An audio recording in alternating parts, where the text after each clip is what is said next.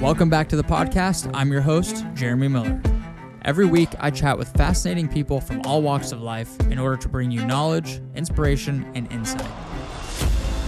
If you enjoy the show, you can support it by subscribing, leaving a review, and sharing it with a friend. This is the Jeremy Miller Podcast. Justin Kinner, welcome to the podcast, man. I'm so excited to be chatting with you today. Heck yeah, man. No, this has been quite the journey. Obviously, we've been through a lot together, but to just have you sitting here in my house, shooting the breeze, talking about stuff that's happened since the documentary, since all that stuff. It's just awesome having you here. Yeah, man. We've been through a lot together. Because when did we initially meet? It was 2020, maybe? Yep, 2020. That summer, and which we all know how crazy that summer was. Yeah. But everything was being canceled, and I think it was met you and David. I think you guys were up running on the bridle trail. And, yeah. Yep, and that's kind of where it started, and then you kind of got that itch to come up and do the night crawler, and then you had this crazy idea of hey, what are you up to this next summer? And been a crazy time since then. Last few years has been wild, man. You've done a lot, and you just finished up the Bighorn 100 on Saturday. Today's Thursday, so it's been 4 or 5 days since you finished it up. How was this one for you? It's Bighorn it's obviously a very special race for me. That was the first race that I kind of dove into the whole ultra running scene. Did my first 30K there, my first 50K there, my first 50 miler there. Then I planted this strange seed in my head, like some people can often do. Before I turned 30, I wanted to do a full Ironman triathlon and a 100-mile trail run. So I did that. Did my full Vineman Ironman in Santa Rosa, California, summer of 2015, and then summer of 2016, 3 months before I turned 30, I did my first Bighorn 100.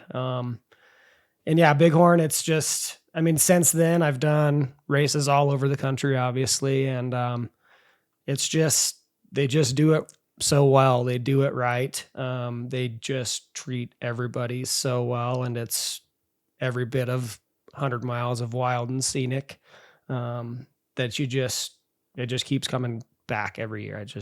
I can't get enough of it. Dude, it's I haven't done the 100 yet, but the 50 I've done twice now. And it's I don't have a lot of other knowledge of races, I guess, because I haven't done a lot of ultras, but it's such a fun race, man. The course is so beautiful. It's so challenging. Mm-hmm. The people are so nice. The aid stations, everything about it are so amazing. Would you say out of all the hundreds and all the other races you've done, is it the best one you've done? We might be biased because we're in Wyoming. I definitely do have some bias, but of the hundreds I have done so far, it's my favorite. Doesn't minimize the other ones I have done, but just that local hometown feel. And it's a big race still. Between all the distances, there's over 1,000 runners. So, it's still a big race, but they've just managed to keep it kind of that small town feel still. And that's hard. That's hard to do. Yeah. It is just, it's real special. And then obviously the people that I'm able to do it with, the crew that we always have of people that come up from Casper doing all the distances, hanging out in the park afterwards, shooting the breeze, talking about everybody's races. It's something that I look forward to every year, and it never lets me down. Yeah, the community, the ultra running community it's the best. It's truly the best. Are you ever worried about because I actually considered this the other day, because I've put out 9 posts about running Bighorn now, and I'm I know it's a big thing within the hunting and fishing community where you don't want to give away your spots. Mm-hmm. And I'm am I overdoing it? Letting everybody in the world know about Bighorn? Is it going to become such too big of a race where it loses that small town feel? Are you ever worried about that? Not honestly, with Bighorn, because I think just the fact that it's in a national forest, it can't get too big. Mm-hmm. There are rules and regulations that they have to follow based on just the fact that a lot of that course is in a national forest. So I don't think there's not a fear in that regard, because technically they couldn't get too much more runners than they have. And I love the fact that it is still just a first come, first serve. I know that it's real difficult for those people that are doing those shorter distances, the 30K, the 50K. I mean, you have to be sitting there on your computer 6 a.m. doing the refresh, especially get into that 30K. But it is so cool to just still have a quality race like Bighorn that is just first come, first serve. It's not a lottery. I know that it's probably getting close to a point where they could be thinking about that, but I hope that it stays kind of just the way that it is. It's very intriguing. I mean, the 100-mile race is, and actually the 50-mile race is, that they're qualifiers for other races. The 100-mile race, you can use it for UTMB, you can use it for Hard Rock, you can use it for Western. So it checks off all of those boxes, and just the races like that where you can just apply, register without having to sit through a lottery is few and far between anymore. Yeah, because I feel like everybody is obsessed with Leadville these days for whatever reason. I mean, it's an epic race, and you've done it, so you know, but it's so hard to get into because of the lottery system. Yeah. I've heard somebody this weekend, they called Bighorn the Little Hard Rock. Yeah. I'd never heard of that. I think it was in the middle of the race. Somebody was like running by me and told me that. And I'm like, oh, that makes a lot of sense because this is a hard race. Yeah. I think it was actually Jeff Browning. He actually made mention of that after his race with the Sheridan Press. Maybe that's what it was. With the Sheridan Press. Yeah. After his, because Sheridan Press interviewed him after his win. Yeah. And I mean, yeah. So Jeff Browning, obviously, phenomenal athlete, phenomenal guy. And he's like 51, right? Yeah, I think he's 53 years old. 53 years old, and still just absolutely crushing it out there. And it was it's always super cool because I mean that's another thing. Like, he's in the ultra running community around the world. Like, he is very well known. I mean, he's Bronco Billy, and here he is at a race like Bighorn. You know, kind of one of the races where kind of it all started for him. And yeah, it's always just so cool to be able to share the trail with, you know, like truly elite, gritty folk like Bronco Billy. And yeah, I mean, he's just another guy out there. I mean, like, coming down as we're going up towards Jaws, and he's coming back. I mean, it's just like it's just such a rare thing to be able to, you know, like, hey, good job. Like, and like, he's in that same kind of pain cave, you know, obviously he's just going a little faster than you are, but, just sharing the trail with those kind of people is very, very cool. Yeah. I think running is like one of the only places where you can literally be in the same race on the same course as like elite professional people. Absolutely. Yeah. Like, I mean, when we were filming, I was filming, you were running at Western States. There's like Jim Walmsley out there, like all these like super famous, like high level people, and you're running the same exact race as them. Yeah, that's so cool. And I like how you said you guys are all hurting just as bad, but some people just go faster than others. They're just not extending that pain cave for too long. They're just doing it for less time. Yes. Yep. So how many hundreds was that? This recent one was? So that was my 12th 100 overall. 12th. My 6th Bighorn. So it was Bighorn. Like I said, that's where it started. 2016 to 2019, I did Bighorn. Then 2020, obviously nothing happened there. 2021 was the year of the Grand Slam, and then last year and this year. So we should tell people about the Grand Slam. That whole experience. Heck yeah, no. So that's been that's again been a fun thing. Like, not just for me too. Like, there are folks up at Jaws when my dad and mom were up there crewing, and there were people that were looking at them that were like, I recognize you. like who are you? And then Dad kind of connected the dots with him, like, oh, that's right, you're from Chasing 400. And oh, I'm that's like, awesome. So that's I mean, still to this day, I mean, still getting people like, oh, hey, you're that guy. And then obviously you see my brother and like, oh, you're that guy that wears those really short shorts and just all that. I mean, I like that whole project. I mean, I'm sure you can attest to it as well. Like, just far surpassed any kind of, I mean, I don't think either of us really had a goal from it. It was, but just the reach that has had. Yeah. I mean, it's sitting above like 450,000 views right now. And it's just like, I would not have even fathomed that. I mean, I knew that it was quality work because you did it, but just the message that resonates with a lot of people that from it as just goes beyond any kind of thing that I could have ever thought it would have been. Dude, yeah, I think the best part about all that was like, it was for me just a passion project. Like, oh sure, we never intended to like make money on it or have it go viral or whatever. No, and like you were gonna just be out there running 400-mile races, but even if I wasn't gonna be there, like didn't matter if I was there or not. So it was so cool to be there to document it, and it's interesting like the takeaways that people ended up getting out of it, like seeing the comments and stuff, because for me at least, like on my end, like I saw the footage so many times, like I kind of become numb to it at some point because like I see it and it's like even that like the night of the premiere, I think I watched it like all 3 or 4 times that we showed it, and so I was like, I knew exactly what was coming, so it wasn't like didn't have that like awe effect anymore. And so to hear the way that it resonated with people was so cool. Of like it's just inspiring, and like seeing your family come together and support you, and like the community aspect and doing hard things and just everything involved with it was so cool to see that and have that big of an impact too. Well, yeah, and that was the biggest thing that I implored on you, you know, like before we even started that project was this can't be just about me. It takes a village. I mean, I know there's people out there that can do these things, without pacers, that kind of stuff. And I've done that as well.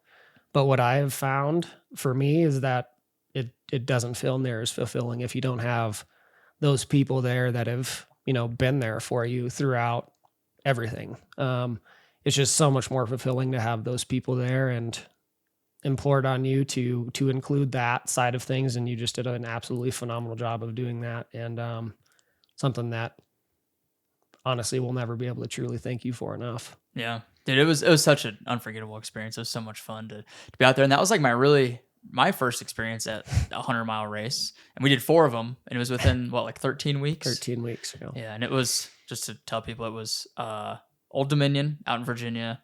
What was second? Western States. Yep. That's the original 100-mile race, right? Yep. And then Leadville in Colorado, and then Wasatch in Utah. Yeah. 4 just beasts of 100-mile marathon or 100-mile ultra marathons. Yeah. And you crushed them. Yeah. No, it was went into that summer just really, I mean, so leading up to it, I mean, that was the goal was if I ever got into Western, which eventually you're going to, as long as you keep putting those qualifying races in and apply for the lottery. That was again, just another silly promise I made to myself that when I got into Western, that wouldn't be enough for me. And I needed to try to attempt the Grand Slam. And yeah, just the way that summer just grew and developed throughout, like it just completely blew my mind. Any fantasies I had of what that summer was going to look like was just completely blown out of the water. Was that the hardest challenge you've done so far, you think? Putting those 4 together in one summer, yeah, that was without question the hardest thing I've done from a physical standpoint, mental standpoint, testing limits standpoint. Yeah, that was just, it was a lot. And definitely don't regret it. But I enjoy just being able to focus on, you know, 1, maybe 2 events. I know there's people out there that have done the Grand Slam more than once in like year after year. And I'm just like, holy cow, those are just people cut from a different cloth, I guess. Cause I'm not going to say I couldn't do it, but I don't know. It was just such an experience that, I don't know. I wouldn't want to minimize it again. Like, I don't know. I feel like that was a one and done thing for me. Something that I don't feel I could replicate again. Yeah, that was, dude, it was so impressive to just see it happen in person. And like, I thought like, you know, towards the end you would slowly kind of fade and like it'd take longer and longer and like you'd be struggling more, but like, no, you never showed. Like that was honestly one of the hardest parts about putting that documentary together was like, you never acted like it hurt, or like you never said this is hard or this sucks or like, why am I doing this? Like never once. Yeah. And so it was, I mean, maybe out on the trail or in your head, you might've thought that, I don't know, but sure. I wasn't able to capture it at least if it did happen. And so I was like, man, how am I going to show the like magnitude of this and show how difficult this actually is? Cause You just made it look so easy. Yeah. Well, I mean, that's something I've thought about, and like, it's not, yeah, it was hard. Definitely.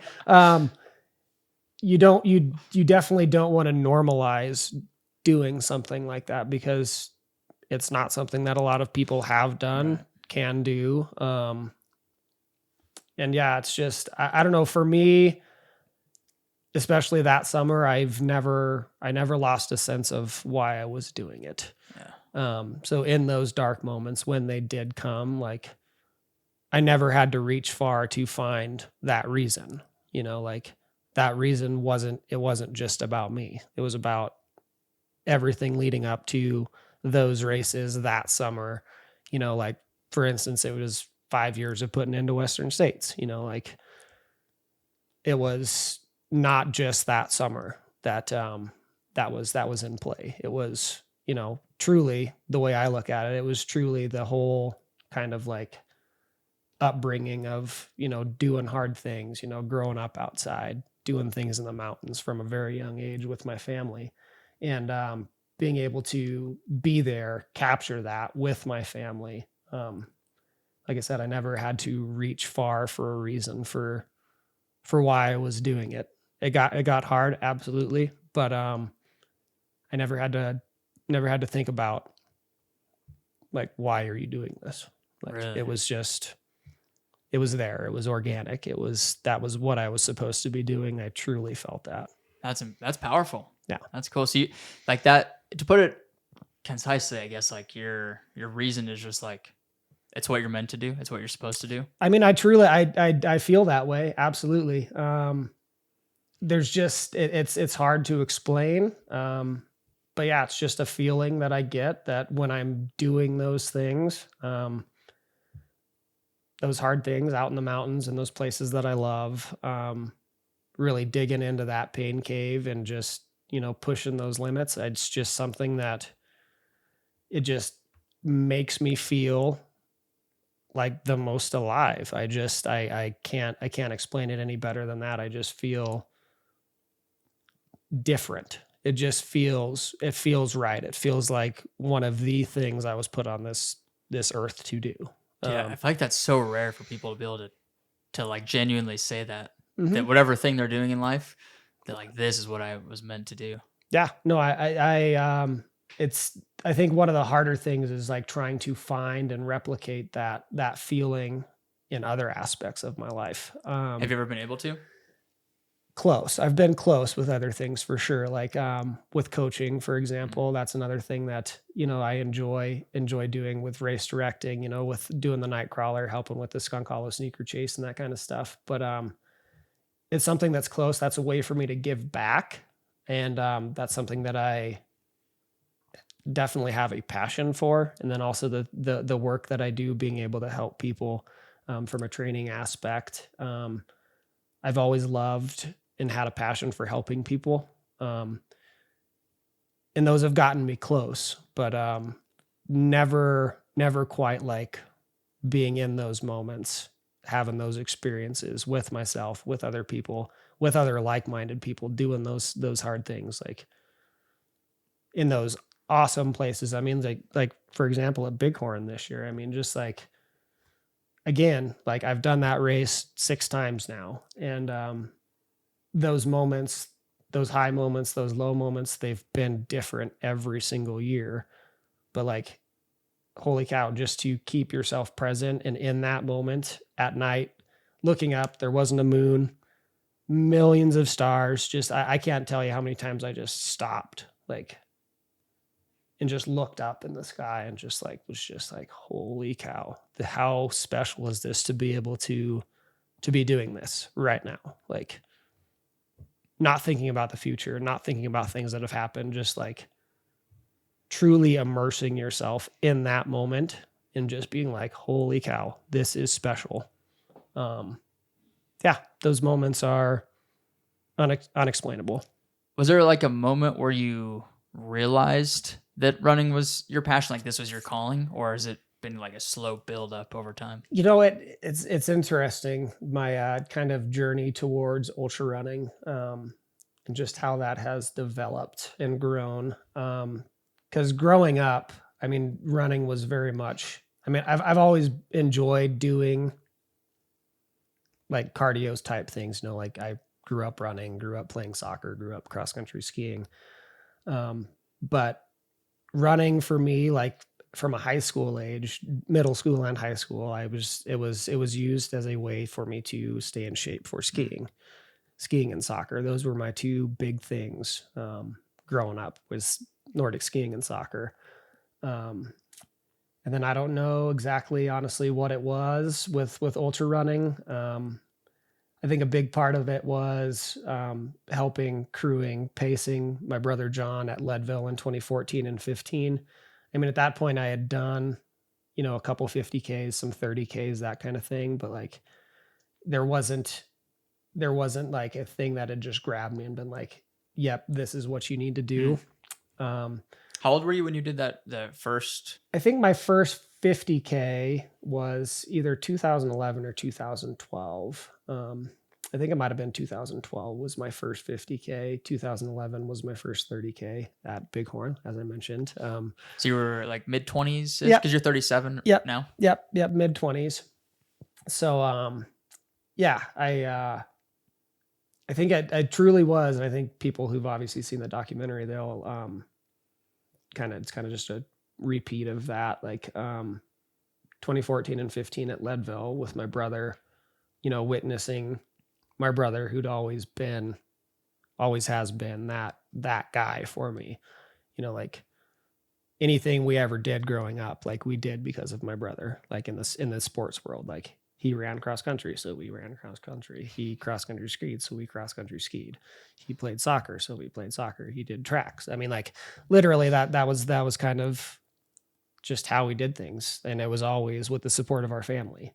And so yeah, witnessing him at 2014 and 15 at Leadville, you know, burying himself in that pain cave, witnessing from a pacer standpoint, like, holy crap, this is something that I, you know, like this is going to be a thing for me. I had no idea at the time that it was going to be like the thing that it is now, but like I knew that was kind of the door that was opening into a lot of unknowns, and that was something a door that I felt like I needed to walk through for sure.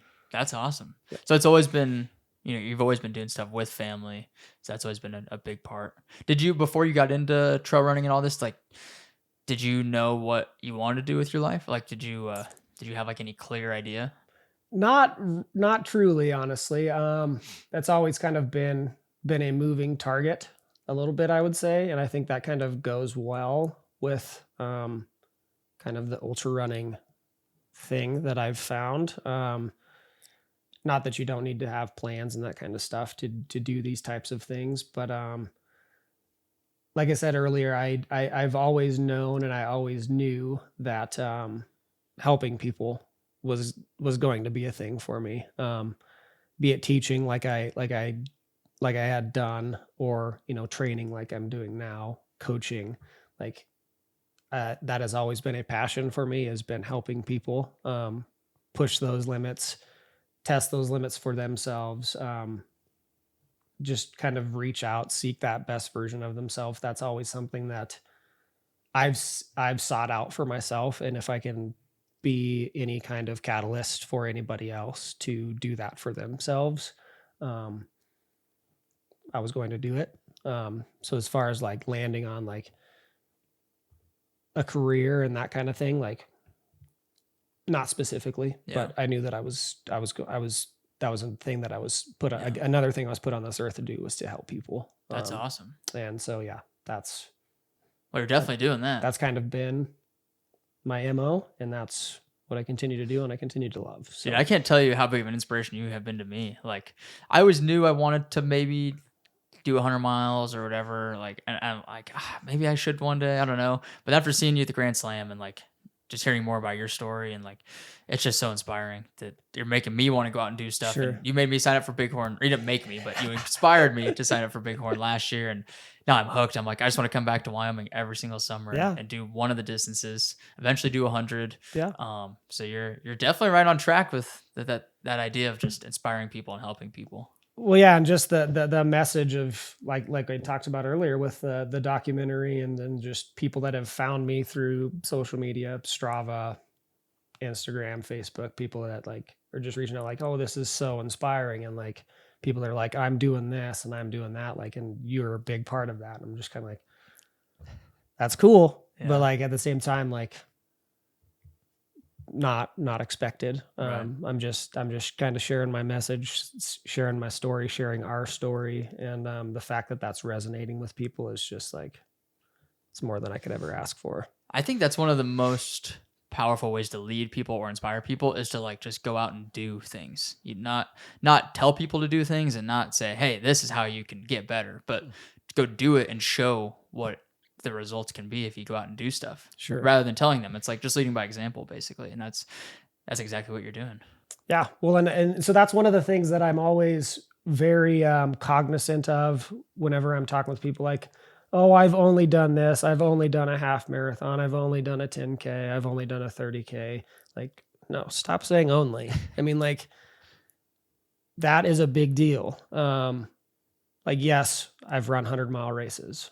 There's 200-mile races out there. Like, stop saying only. Like, I can't even tell you like the amount of people this weekend, like, I was just a pacer. Oh, I only did the 30K. Oh, I only did the 50K. Like, no, stop. Like, that's a big deal. Like, don't minimize the feat that you just accomplished because other people are doing bigger things, Right. or something that you consider to be bigger. That minimizes that feat for you, a feat that a vast percentage of people on this earth truly would never even be willing to try. Right. So don't minimize that feat, comparing yourself to people who are doing things that you deem to be bigger. Because that's, like I said, that minimizes it. And that's a big deal. That's very cool that you're out there just doing those things. So stop saying just and only, comparing yourself. Like, that's, I mean, obviously, like, if you can set yourself, set bigger goals for yourself, that's fine. But don't say just. Yeah. Don't say only. Like, it's a big deal. Yeah, that comparison is the thief of joy. That's that cliche saying, but it's so true. Mm-hmm. And I think one of the coolest things with running is like, you can always do more, you can always run faster, whatever. But for me, so much of it is just the confidence that comes with it. So like running a first half marathon, like if that's the hardest thing you've ever done, like that's going to give you so much confidence. You take that and you can apply it to your everyday life, or take it and use it to run a further race or a further distance. I love that, the confidence aspect that comes from running. It's huge. What was that first 100-miler like at Bighorn? Do you remember it still? I do. Yeah, no, I have distinct memories of that for sure. Like I have with honestly all of my 100 mile races, or truly any event that I've done like that.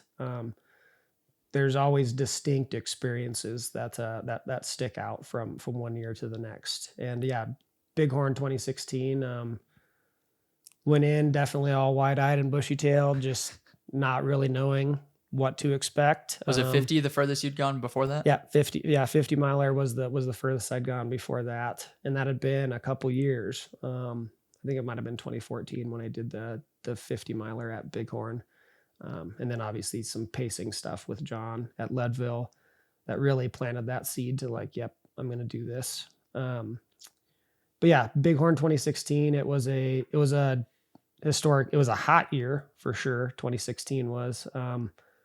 Pretty similar to this year with like very minimal snow. I mean, like snow in the trees, always mud. There's always mud at Bighorn. Doesn't matter. Doesn't care. I kind of love it. I'm starting to like it more. Yep. That kind of squishy sound that it makes under your feet is just, yep. That's something that even this year, like doing it with John, doing it with our pacer John, and then my brother John, just that squishy feeling that it gives you, and that squishy sound that you hear in your ears, it just makes you chuckle anymore. But yeah, Bighorn 2016 was That was the year of the blister for me. So that was like the year of Mm. the worst blister I've ever had in a 100-mile race. And that was just happened to be my first one. It was a blister that kind of started probably about 40 miles in, started working out on it at the different aid stations, taped it, would pop it, tape it, Ooh. and then get to the next aid station, and the blister had just moved around the tape. And then by the end of the race, it was like basically the entire instep of my left foot. And then come to find out after the fact, like, why did this happen? Like, the freaking insole of my shoe had rolled. Which I noticed that, like, when because I was cleaning them off and, like, demudding them, and pulled out that insole and, like, put that right up next to the sole of my foot. And I was like, yep, that's why that happened. So, like, knowing now, like, what I do, like, okay, you could have just pulled that insole out and just gone, and it would have probably been a non-issue. Dude, the feet aspect of ultra running, I learned that the hard way last year. That's got to be one of the most crucial things you got to get under control. Because last year's 50-mile race for me was miserable. And thanks to you, like, I got the right shoes, I got the right socks, I got the right lube, everything this year. Zero issues with my feet. Yeah. Because, unfortunately I had to learn the hard way. But I think that's kind of, it's a trial and error thing, just like, not just running, but, doing things in real life, like, it's a trial and error. You gotta, like you said, kind of find out the hard way. And, you remember how that feels, and you don't want to replicate that again. So there's not like really a guidebook to running ultra marathons either, because they're still relatively new. Yeah. Like and every race is so different. Mm-hmm. It's not like a road marathon. Like, they're all pretty much the same. They're predictable. Every ultra, even the same ultra year to year, is so unpredictable. Yeah. So just being ready for anything and everything. Is that like a big emphasis you put into training for these? Is like just being adaptable. Yeah. Like 100%. Yeah. No. And again, kind of just like, you have to be with everyday life.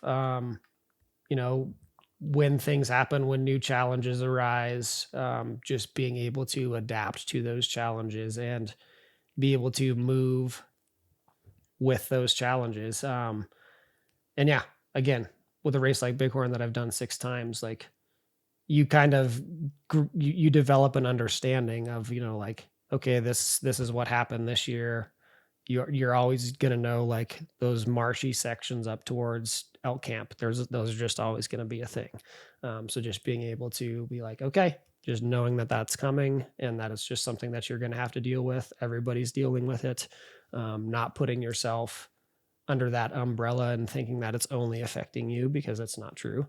I think that's another thing, that trap that people can fall into, is just like, woe is me. And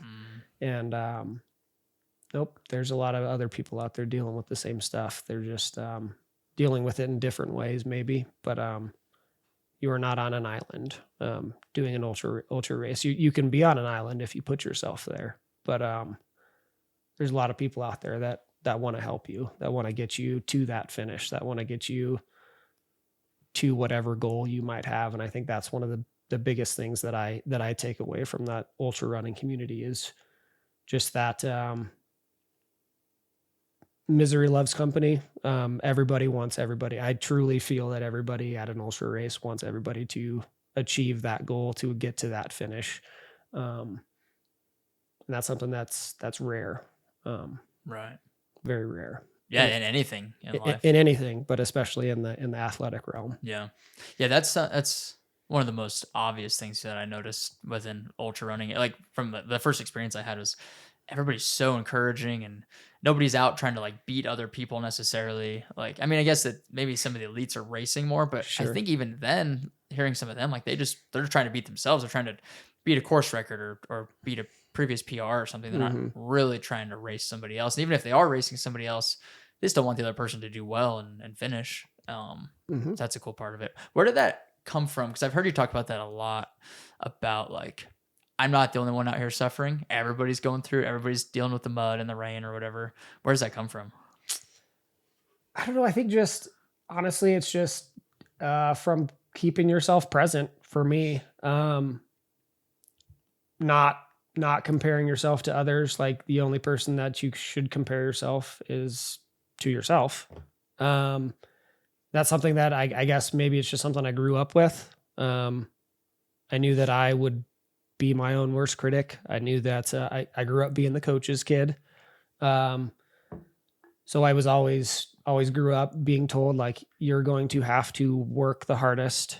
You're going to have to be that guy that's, showing up early to practice, being the last to leave, that kind of stuff. And just like, you're going to be that person that, that always works the hardest. And so that's something that I guess has just carried on through life and into ultra running, is just to always keep yourself present and in that moment. I'm not going to go as far as saying that I'm not a competitive person, because it wouldn't be true. But especially in ultra running for me, like I seek those experiences more, like those experiences that I'm able to have drive me more than the results.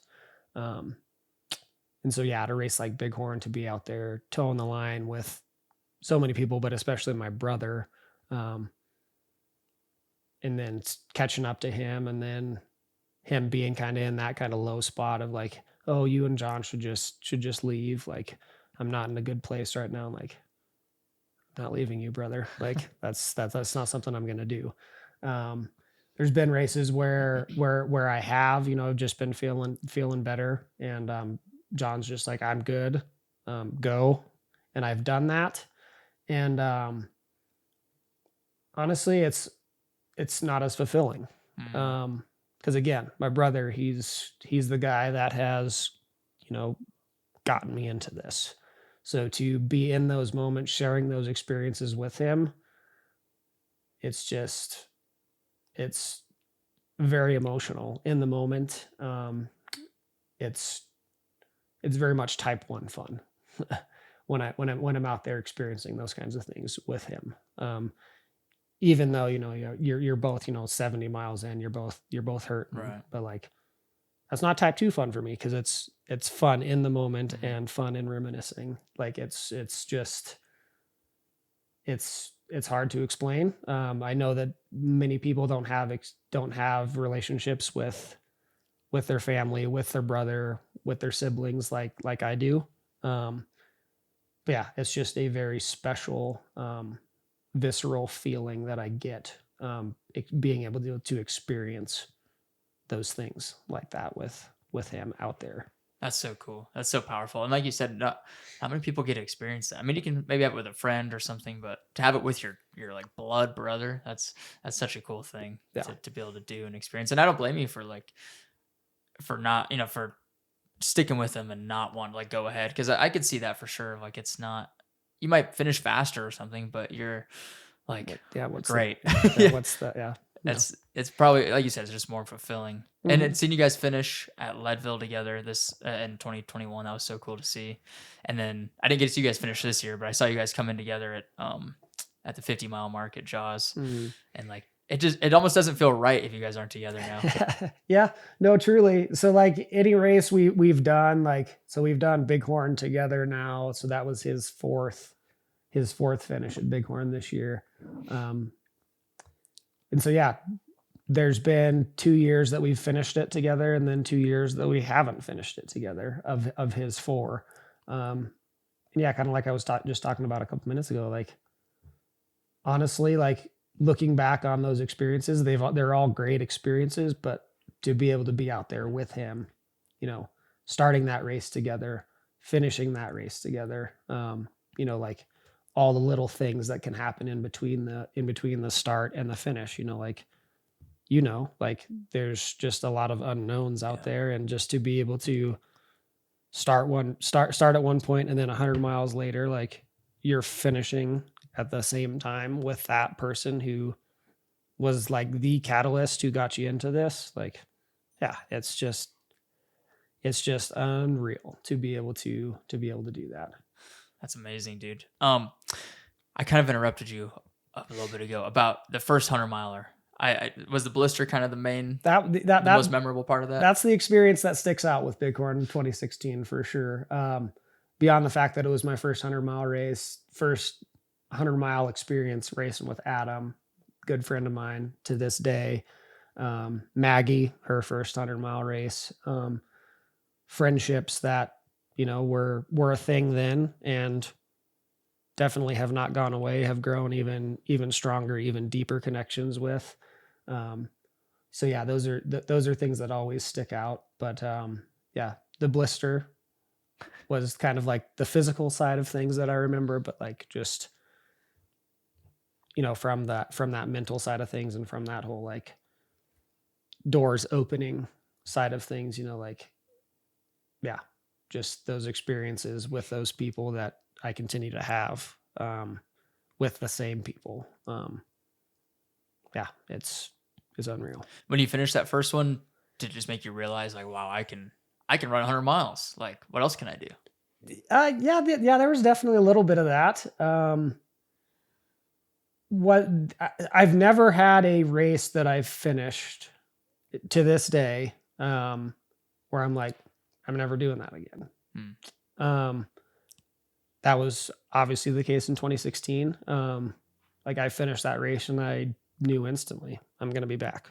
I'm coming back next year. I'm going to do this again.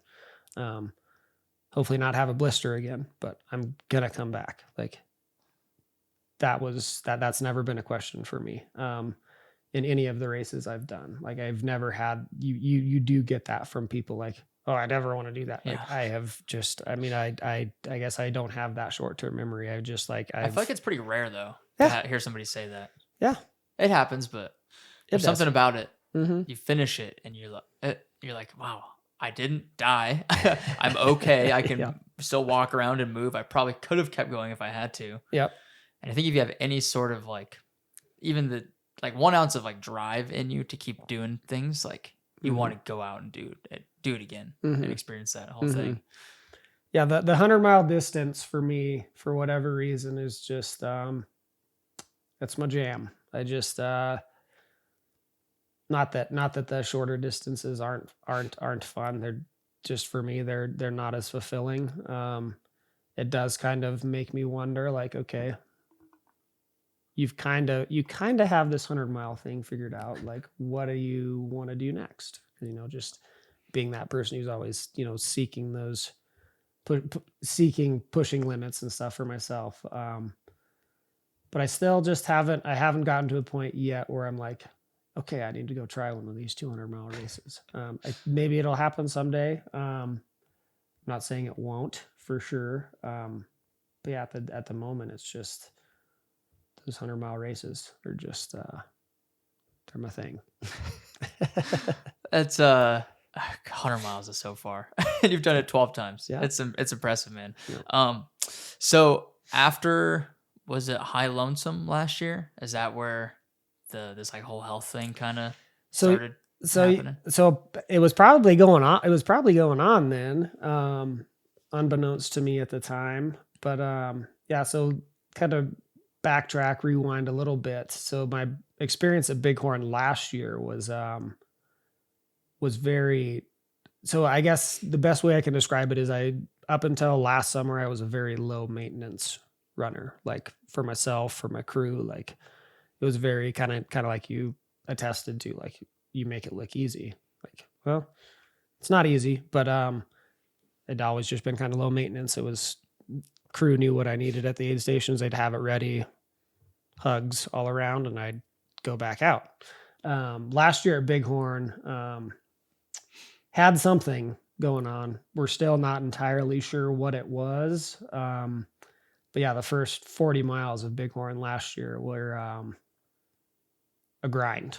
I was having issues after Dry Fork of not being able to, so 14 miles into the race, started developing an issue of not being able to pee, but needing to, and kind of just adapting, trying to figure out what was going on there. Like, is it too much electrolytes? Is it too little? Like, kind of like going through this roller coaster of like, okay, let's take a little bit more salt. Let's do a little bit more electrolytes. And then like, okay, still having the urge to pee, not being able to. So I would stop taking the extra electrolytes, and then I would cramp.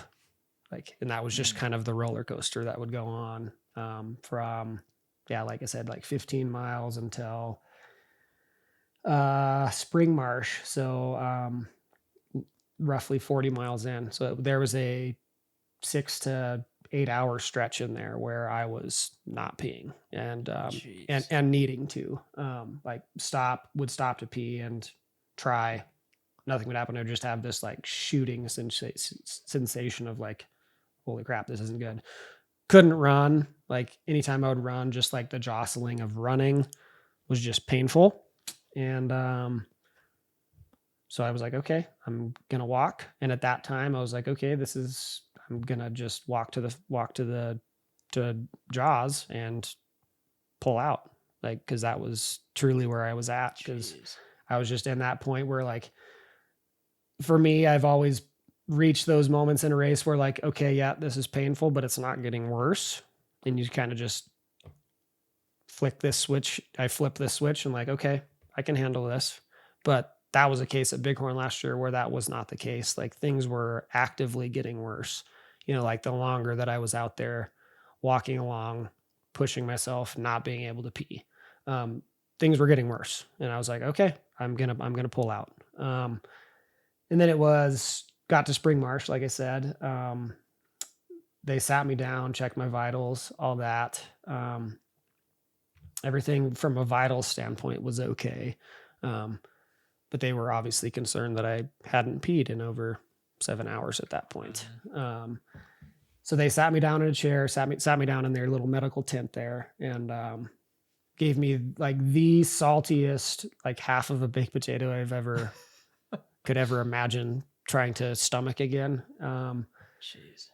Little cup of Coke, two little cups of Coke, and then a really salty cup of ramen noodles. And they're like, okay, we're going to have you just sit here for half an hour. I'm like, okay.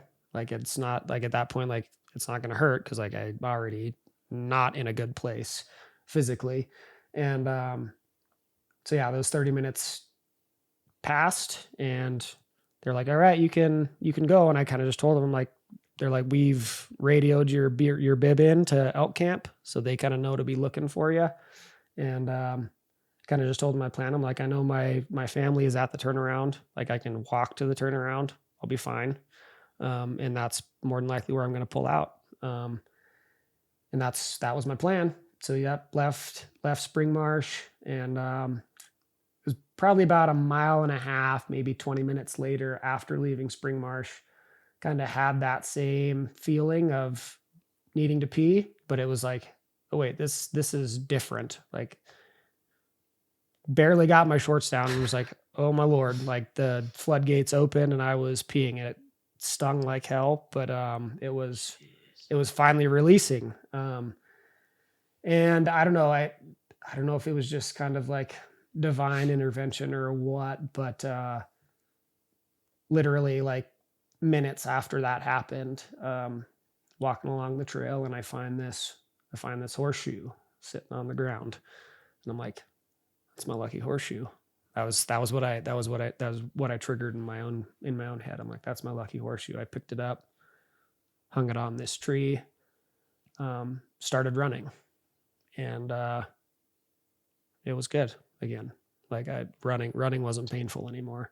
And then so got to elk camp, told them what had happened, got to the turnaround, told them what had happened. My buddy Adam was there waiting to pace me. They waiting much longer than I had anticipated getting there, just because of the forced walking that I had to do earlier on. But I was ready. It was game on. It was and then those last 60 miles of that race were kind of the way that they should have been, like how I kind of always been low maintenance. Peeing was happening. It was painful, but it was happening. So I guess that was Bighorn experience last year. Jeez. And I saw you at the 50-mile mark. Yeah. I would have never guessed any of that was going on. Yeah. We probably just had like a regular conversation. Yeah. And you're like, I'm doing good. Yeah. Everything's good. I was at that point. Yeah. Yeah. If you would have seen me around mile 38, things would have been much more dire. Did you keep the horseshoe? Did you end up grabbing it? No, I left it out there. I looked for it again this year. It wasn't there, but no, it was, I didn't want that to just be my lucky horseshoe. Yeah. But no, it was, like I said, like, I don't know if it was divine intervention or something, but like, it was something that I was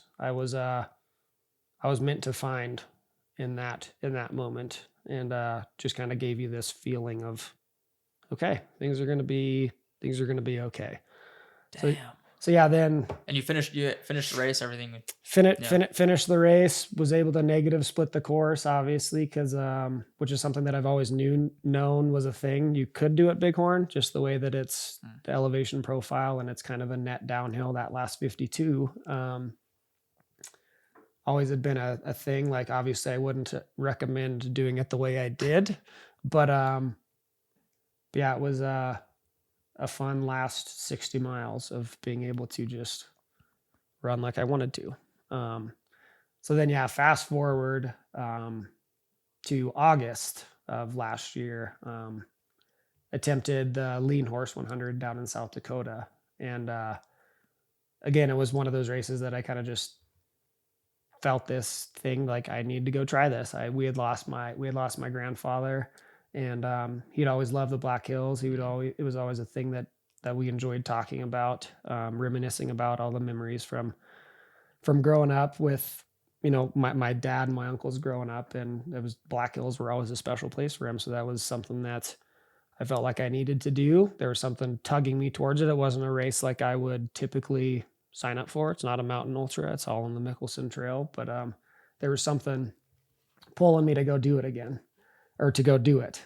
And that ended up being my first DNF at an ultra, because I had those, because I made a promise to myself before that race that if I was having those issues again, I hadn't had those issues throughout the summer of pacing Adam and Phil and Nathan. So I thought everything was okay, but I had made myself a promise that if those things happen again, you're stopping. You're not gonna continue going. That's a hard thing to tell yourself. Yep. You never DNF'd up until that point. Up until that point, I'd never DNF'd. And, but yeah, I started having those same kind of feelings. They kind of started kicking up around probably like the 40-ish mile mark again. And, needing to pee, but not being able to. And I was like, something's not right. So got myself to the 100K mark, and I was just like, Mom, Dad, I got to be done. Like, I had made myself a promise that I wasn't going to do this. And, it honestly wasn't as hard at the time to take in that pill of my first DNF at an ultra. Like, it's just, it wasn't hard. I knew it was the right thing to do. Because you probably knew, like, you could have kept going. You'd already done it at Bighorn. Yep. Like, but it was the smart choice to make. Yep. Yeah. So yeah, no, like I said, in the moment, it was not a hard decision. And it was a result of a kept promise with myself. And I think that was honestly, for me, one of the things that was pulling me towards doing that. Everything happens for a reason. I needed to find out in that way. Yeah. I truly believe that. So yeah, after that was when, sisters, they're both healthcare professionals. They were like, all right, we need to get you in for some blood tests, some urine tests, that kind of stuff. And, I was like, yep, we do. So that was where that kind of started. So yeah, I went in for blood tests, and the phantom issue became the low platelet disorder. ITP was what I ended up being diagnosed with in September. So it's an immune thrombocytopenia. It's just a blood disorder, autoimmune, that affects your platelets. So your body's ability to clot blood. So when they're extremely low, your body doesn't clot, your blood doesn't clot, and you become a bleeding risk. Wow. So, being able to do things in the mountains, like, running a 100-mile race, like, yeah, you probably shouldn't do that when your platelets. So normal range for platelets is between 150,000 and 450,000 platelets per microliter of blood. And I was down in the low teens. Oh my gosh. I was down in the low teens, which like 10% of what it should have been. Mm-hmm. And so obviously the risk, the threat of doing things, being a bleeding disorder, like even just like you get a bloody nose in the middle of nowhere, like doing some of the things that I like to do on my own, like okay, you die because of a bloody nose because your body can't stop bleeding. That's scary. So yeah, it was a tough thing. How does that correlate? Do you know how it correlates with like the peeing and is it kidneys or like what is it? So our best guess, and from talking with a urologist at the time, after the fact, like obviously the best thing to do after Bighorn would have been to go to a urologist, but like obviously you can't go back and do things now. But well, yeah, I mean, you ran 100 miles. You're like, yeah, it's it's a like weird little hiccup, but we're fine. Yeah, we're fine. Yeah, but so speaking with urologists after the fact and with hematologists up at UC Health in Denver, their best guess is what could have happened last summer at Bighorn at Lean Horse was that I had a kidney stone or kidney stones, and that maybe that release at Bighorn when I finally was able to pee, because like just in description of like how that felt and how that went, just talking with the urologist, the hematologist are like, you might have passed a kidney stone in the middle of your race. I'm like, wow, I would believe that, as painful as it was. Gosh. So yeah. Does that explain the blood thing though? No, not at all. That's so crazy. Not at all. So again, it's an autoimmune disorder. The cause of it is not known. It's been around for a while. But yeah, the cause of it is still not known. It's just an autoimmune response that my body is presenting. I had that it attacks platelets, which our bodies are creating literally millions of platelets every minute. There's just obviously something in people that are dealing with ITP where they're consuming about that much as well. So yeah, the time since the diagnosis was very challenging, just like trying to figure out like, okay, is there a specific number that I should try to get to? And like, at the time it wasn't like, okay, I need to get back to this number so I can start running again. It was just like full stop, which was very hard. Being somebody who's always, been that active person, like I'd taken breaks from running, but it was self-imposed. It was because I knew I needed that time away from it. But it was the first time in my life where I was told, stop doing this, you could die. Like you could I mean, like that sounds dramatic, but like literally, like I said, like when your platelets are that low and you're out in the middle of nowhere, like even just like a turned ankle where you bleed internally, like your body doesn't stop bleeding. Little bloody nose, body doesn't stop bleeding when your platelets are that low. So yeah, to be told like, stop doing this because you could die, like, like leading up to that point, like I felt like I was a person who like kind of knew like I needed the running. It was something like I felt like I would die without it. Yeah. But like to be told like you need to stop doing this was a very tough pill to swallow. That's hard. Because I've always been somebody who is, like I feel like has been in control of my body. Yeah. And, like I know when my body or how my body feels when it's operating at its highest level. And to just be like, like this was not, like from a like time standpoint, like this was not far removed from, doing things like the Grand Slam. Like I'm like, I felt like I was at like the pinnacle of like where I should be. Yeah. And to then just be told like, you have to stop this now. It was hard. And doing things for years and years. Yeah. I mean, over 10 years of it, or close to 10 years of the running side, at least, like being consistent with all that stuff. Like you develop such an intuition for your body, I feel like. Mm-hmm. And like, when something's a little bit off or it's not quite right. But did you feel like anything was off? See, and that is one of the weird things with ITP. There are sometimes people that present symptoms of there's like a rash you can get. Your gums can bleed from even just brushing your teeth. Wow. Easy bloody noses. Fatigue is the biggest thing that people notice. And that is something that I was very aware at the time and still am. Like, I'd probably become my own worst enemy in that regard, because fatigue was always something that I was just something that I could, no, you're tired because you're doing this. Right. You're tired because you're doing this. Like, that's normal. Fatigue is a thing. Ignore it. You're fine. But then in that time frame when I was being told to stop, not do those things, and was not doing those things, and was still feeling that fatigue, that was when I was like, huh, okay, this is a thing. Wow. So that has been the biggest thing that I've noticed, kind of growing with ITP, has been that fatigue side of things, that recovery side of things is just a little bit delayed.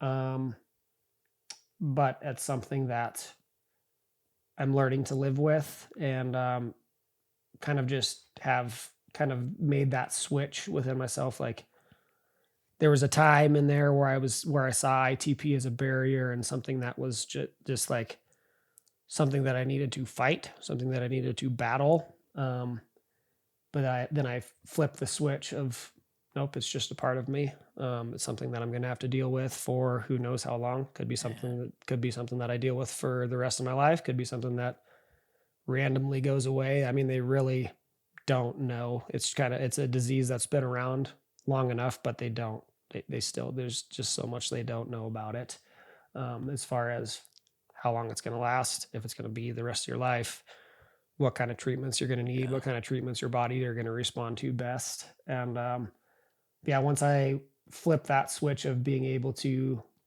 just recognize ITP as being something that's a part of me, and that I'm a strong person, it doesn't diminish me.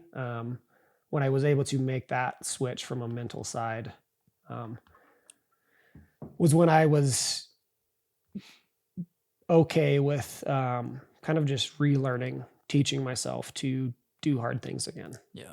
Gosh. And that came with some trial and error, for sure. Like we talked about a little bit earlier. But yeah, just kind of relearning, reteaching myself to be okay with doing those hard things again, after having some conversations with some specialists that were like, yeah, it's dangerous, but it's okay. Like, so we understand that this is something for you that you need, and something that, everybody knows the benefits of physical exercise and the good things that come from that, and how those things far outweigh the risk of being a bleeding risk. So that, getting that knowledge from that specialist at UC Health was really good. It came at the right time, as I was, again, like I said, reteaching myself, relearning, just letting myself do hard things again. Yeah. So so there's still no correlation from the peeing thing with the blood thing. So have you always had ITP? And do you feel any different than you did like 5 years ago versus now? Or do you think that maybe it is a recent thing that happened? Or so that's another thing. Like, I'm not somebody who avoids doctors, but like, I've had no reason to go into a doctor's office, because I've been a healthy person. Mm-hmm. So as far as like how long I've had ITP, we have no idea, really. Maybe it's been for a long time, and we just noticed because of, you went in for something else. Went in thinking that it was an issue with my urinary system, right. And then, oh nope, it's not that, it's this. Interesting. And again, I truly do believe that everything happens for a reason. I needed that to happen in order for me to find out, like, okay, this is the thing that you need to be focused on, that you need to be adapting to, figuring out, so that you can, go back to doing those things that move you, that, like I said earlier, that, make me feel the most alive, that make me feel just like I'm doing what I'm supposed to be doing. How long did you spend not running or exercising? It was about 2 months. How was that? I mean, I'm not going to go as far as say that it was like clinical depression, but it was, I was in a very, very low place for sure. Cause again, just being somebody who's always done those things from a very young age, it was, and then to just full stop. It was hard. I'm not going to say it was easy because it wasn't. Have you seen this study that just came out like a couple months ago? That said that physical exercise is 1.5 times more effective than medication and therapy. I would believe it. I haven't seen that, but I would 100% It's incredible. agree. Yeah, they tested like strength training, yoga, aerobic activities, all these different things, like even like breath work, and every form of physical exercise that they tested had some sort of reduction of symptoms of depression and anxiety. Sure. And it was, I think all of them also were 1.5 times more effective than like SSRIs, so like antidepressant meds and therapy. I like I can't tell you how many times like I felt like shit and I go out and I go for a run or go to lift or something and something flips in your brain and you feel so good. So I couldn't imagine 2 months, and not because you can't, like you're not physically able to, it's because somebody else told you that you can't. Yeah. And so that was a tough, like I said, very tough, pill to swallow. But yeah, just the weekly going in for blood draws weekly, and I'm still doing it since September. Every week? Every week. Yep. So every 6 months. Yep. Every week getting poked in the arms to get the blood draw, see where my numbers are at. Has it changed? Did it change at all from when you were not running for those 2 months until now? Like, so I'm glad you asked that, because I was going to get there. So there's not a coincidence to me that when my numbers have been the lowest, even on treatment, was in that period of time when I wasn't doing anything. Really? Yep. That was the lowest numbers. Those were the lowest numbers, even with treatment. I was, well, I guess not the lowest numbers, but darn close, like down in the 20s still, even on, at the time, it was a corticosteroid treatment protocol. So yeah, not a coincidence to me that in those couple months where I was extremely inactive to non-existent active on treatments, and my platelets were the lowest. That's incredible. There's not a coincidence there to me. Not at all. What do your doctors say about that? So I'm not gonna throw them under the bus, but just like being in Casper, we're definitely not a rural place, but there's not competition for hematologists in Casper. It's an oncology cancer center, treatment center here in Casper, and that was my option here locally. And you kind of just got this feeling, like you get from a lot of people get from a lot of doctors. You shouldn't run. You shouldn't do this. That's bad for your knees. The typical things that so many runners all over the world have heard, like, oh, that's bad for your body. That was totally the vibe I was getting from him. So for him to say, like, you need to stop doing this, it was no skin off his back, because he didn't understand. Right. And he wasn't honestly taking the time to understand the unique patient that he had sitting in front of him. He didn't know he had Justin Kinner, at the time 11-time 100-mile runner.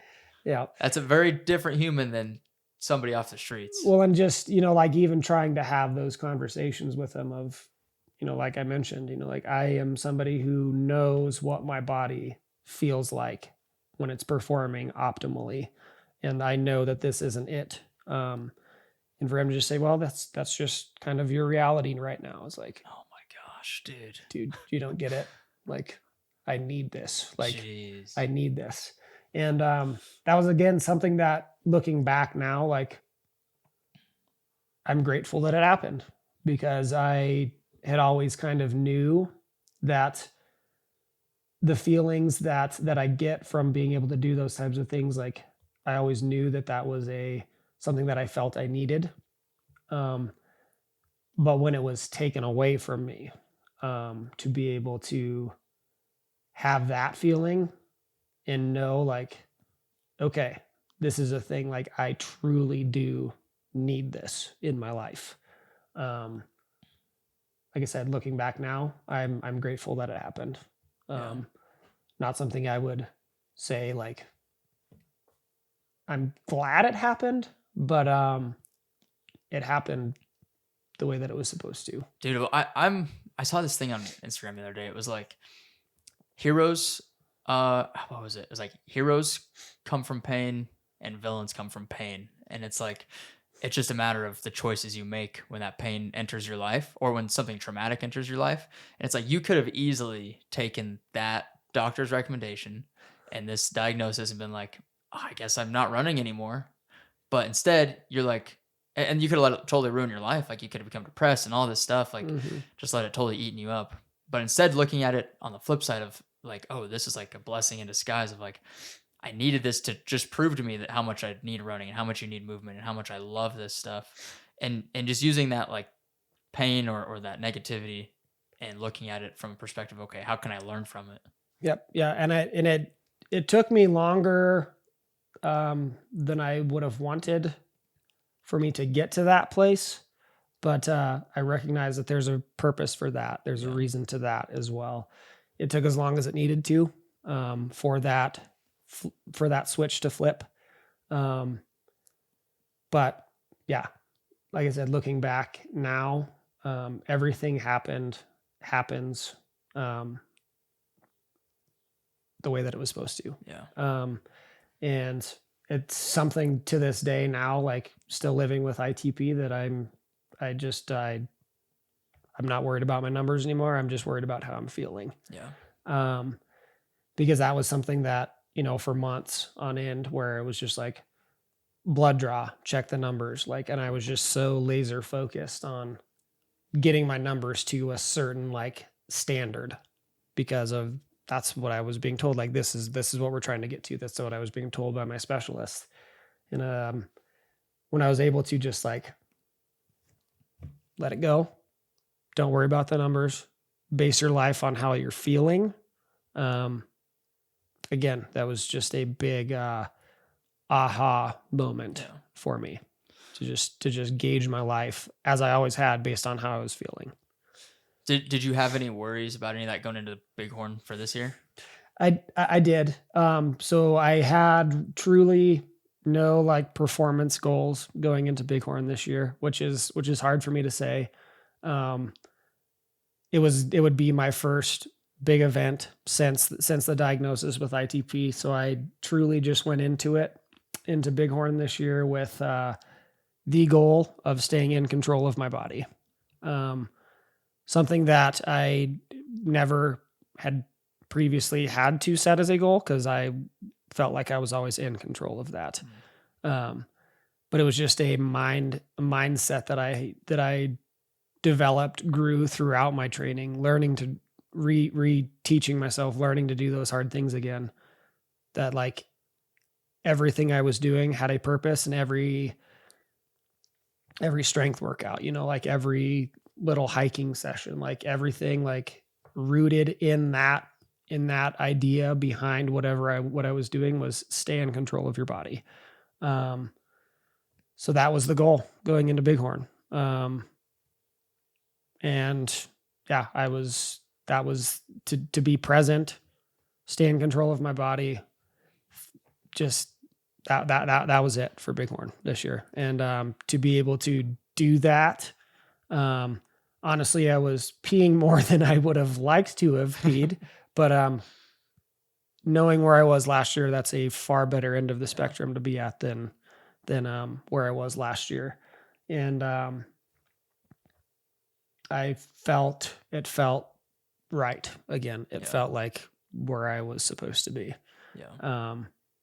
And just the fact that I was able to do it with my brother was just the icing on the cake.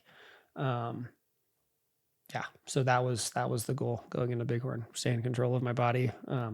Again, not something that I ever would have set for a goal before, because that was something that kind of just happened.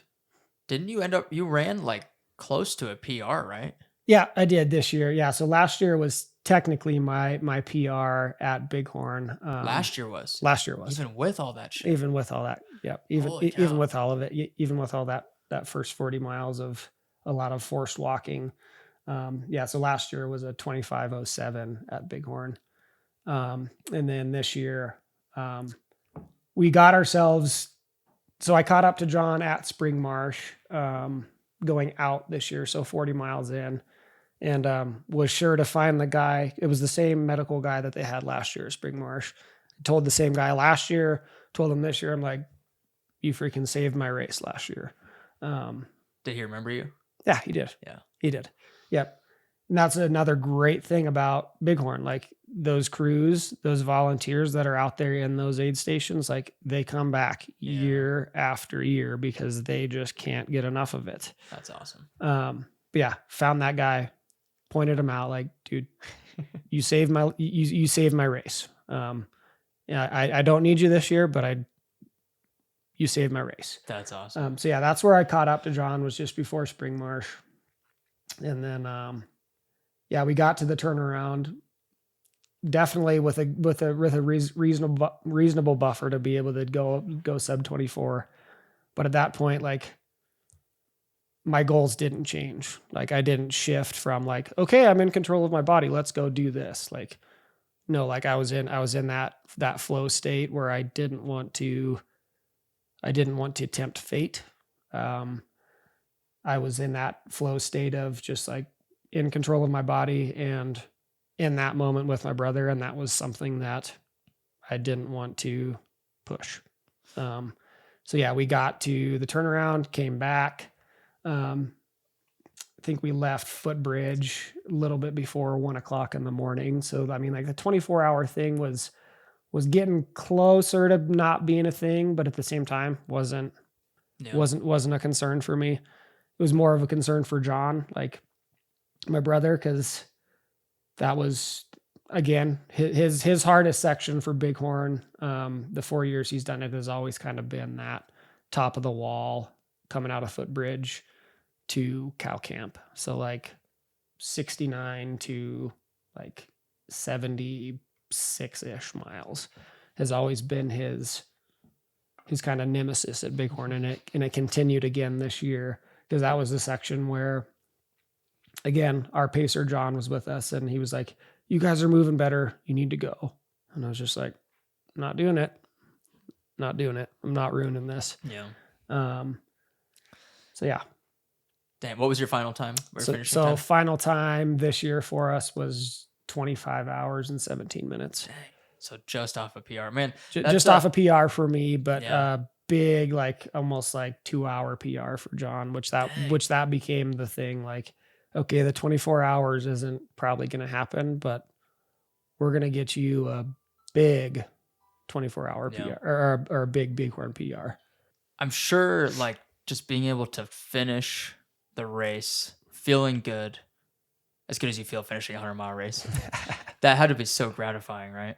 Oh my gosh. Like I can rarely describe the feeling that I get crossing the finish of any 100-mile race, but this year was something even had just a little bit more punch to it, because just the way that it happened, being able to experience that with my brother, and kind of just back to being that kind of low maintenance, kind of going with the flow guy that I'd always been on those types of events. It was a flood of emotions for sure.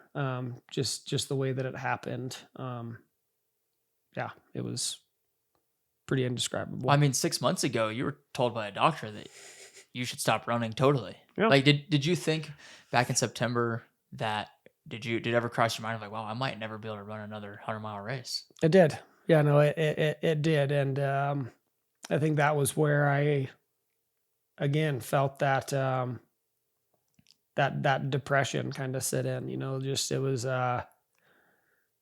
again, it was something that, running had always given me something that I knew I needed. I didn't know to what effect. until it was literally taken away from me. Yeah. So yeah, I did think about that.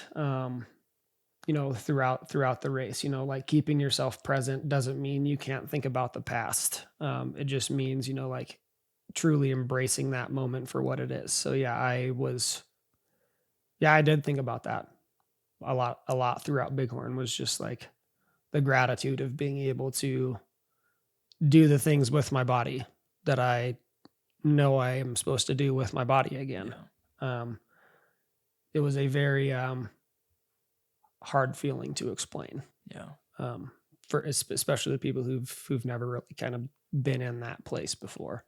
It's a very unique place to be in. Mm-hmm. I mean, let alone not just running 100 miles, but like all this shit over the last 6 months. Yeah. That's a lot. Yeah. It was a lot. And it wasn't something that just I have gone through. It's something that same crew that I have that's out there pacing, out there crewing for me at Bighorn, crewing for us at Bighorn. They're the same folks that were right there, sitting through doctor's appointments with me and going to Denver with me for second opinions. And they're the same people. And again, that's never something that's been lost on me, but like I've always been blessed with people in my life who aren't just in the stands. They're literally in that arena with you, with me, through thick and thin. Like understanding that, because they went through that too at the same time that I did. Like, ooh, maybe he's never going to do this again. And that was hard for them too, because it's something that they truly enjoy for themselves as well. So yeah, it's not anything, again, that was just me. They were and continue to be, like the rock of my life, that they're just always there.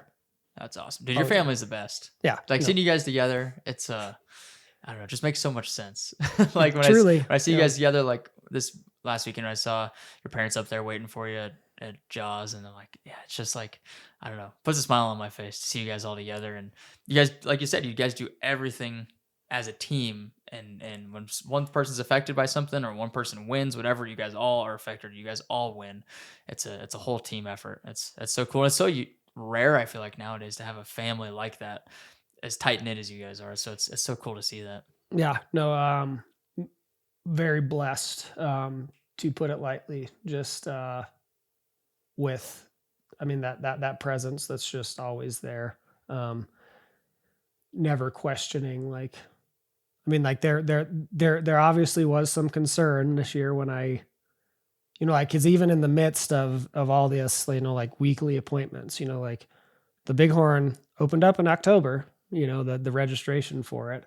And, I didn't sign up for it in October, but, I signed up for it in January, and, still very much a like tipping point of like, what are you doing? What did you just do? And so, yeah, telling them like pretty much instantly after signing up, and kind of just that look they give you, that, like there's always been a little bit of concern there, but this year there was even a little bit more like, you sure that's a good idea? I'm like, yeah, I am. Like, do you feel like, I mean, I'm sure throughout your training, as you tested longer runs and tested more of this stuff, like, I'm sure that built up some confidence for you and for them too, right? Of like, oh, I think we I mean, you don't know till you go and do the 100 miles, but yeah. So I did, I tweaked my training definitely a bit this year, and, left me feeling a lot better leading up to Bighorn, than I've felt, that I can remember. Didn't do as many long back-to-back runs on weekends. So my training before this year was typically consisted of 5 days of running, which added up to, again, really big weekend runs on back-to-back long runs on the weekend. And this year I kind of just tweaked some things, started running 6 days a week instead of 7, just kind of spreading out that kind of distance over 6 days instead of 5. And And what I found that did for me was, I mean, I still put together some pretty big runs on the weekend. They just weren't as big. And what I found from that was, I wasn't feeling as tapped out. Like come Monday morning, which was usually my Mondays were usually my rest day. And I wasn't feeling as tapped out from that on Monday. I mean, I would still do like a little bit of strength work and that kind of stuff on Mondays, but I didn't do any cardio, and I just wasn't feeling as tapped out as I typically had when I was doing those monster back-to-back runs on the weekends. So I think that played a part in how I felt physically at Bighorn this year, just not feeling as tapped out in the training. Was a good recipe for me this year at Bighorn. So yeah, I think I might have found something else, like 1,200 mile races deep, and I tweaked, I changed, I adapted because I needed to. I think I might have found something that works now. Who knows if it'll continue working, but yeah. How much strength training do you do on a weekly basis during a 100-mile prep? Yep. So like I said, Mondays were my off days from any kind of cardio, no biking, I'd walk the dog or something, but so Mondays turned into a pretty big strength day. Wednesdays usually, and then Fridays. So usually 3 times a week I was doing dedicated strength work either before or after a run. Honestly, a lot of stuff after a run, which I think you've found the benefits of that. Yeah. Just while your body's kind of already in that fatigue state, and then forcing it to do a little bit more. Nothing crazy. I mean, not like I didn't spend an hour in the gym after a run or anything, but like, yeah, in a fatigue state, I would go and force myself to do a lot of single leg balance work, that kind of stuff, resistance band stuff, stuff that I've always done, but kind of just put it more into hyperdrive this year, knowing that, okay, you've been told you're a bleeding risk. Like, okay, so you're going to minimize those risks of, like falling, like that kind of stuff by doing this, by putting it into hyperdrive, by doing it more. And that obviously played a role as well. I've always known the benefits of strength and adding that on to cardio. I've always known that that's a thing, but this year was just more of a focus. And obviously it helped. Yeah. Did you feel like it made a pretty big difference? Like compared to, like, would you say that this is the most you've strength trained before a race? Yeah, definitely. Yeah. Without question, the most dedicated strength work I've put into a training cycle for a 100-mile race, without question. Nice. And you felt like that made a pretty big impact? Yeah, absolutely. Yeah. I think we were talking about it on our Tuesday night trail run last week, but I was like, when I found out that running is a single leg activity, like my whole life changed, because it's obvious now, but it's like, you're never on 2 legs. So why would you lift and strength train on 2 legs? Like doing barbell squats or like 2-leg press, stuff like that. Like doing stuff, balancing on 1 leg was a total game changer for me. So you do a lot of like band work. Do you do like dumbbell stuff, or what's like a typical session look like? Yeah. So tons of band work. Lots of single leg, like deadlifts with kettlebells, that kind of stuff. Lots of stuff on stability discs. So we've got these little slant boards, stability discs. I gotta get some of those. Yeah, they're awesome. So it's actually one of the programs that I've been following, but definitely was following a lot more religiously this year, was there's actually a training regimen in it.